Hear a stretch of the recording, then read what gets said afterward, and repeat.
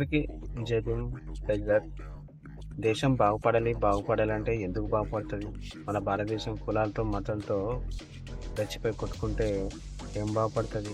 దేశం బాగుపడే లక్షణాలు మన దగ్గర లేవు.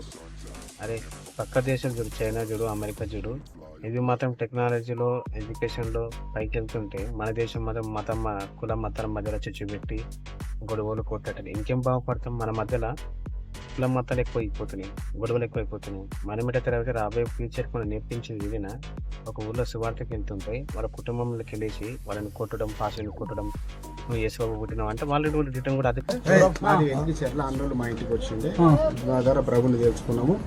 ఇంట్లో ప్రార్థన పెట్టి ప్రభు కుట్టిరా మీ నాయన కుట్టిరా? అయ్యా ఎవరు పుట్టింది? ఎవరు కుట్టినా నువ్వు?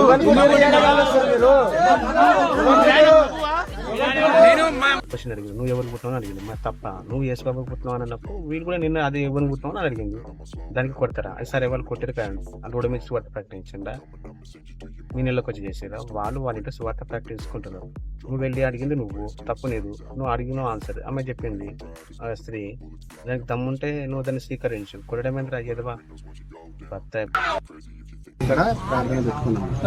మేము ఎవరిని బలవంత పెట్టలేదు, ఎవరిని డిస్టర్బెన్స్ చేయలేదు.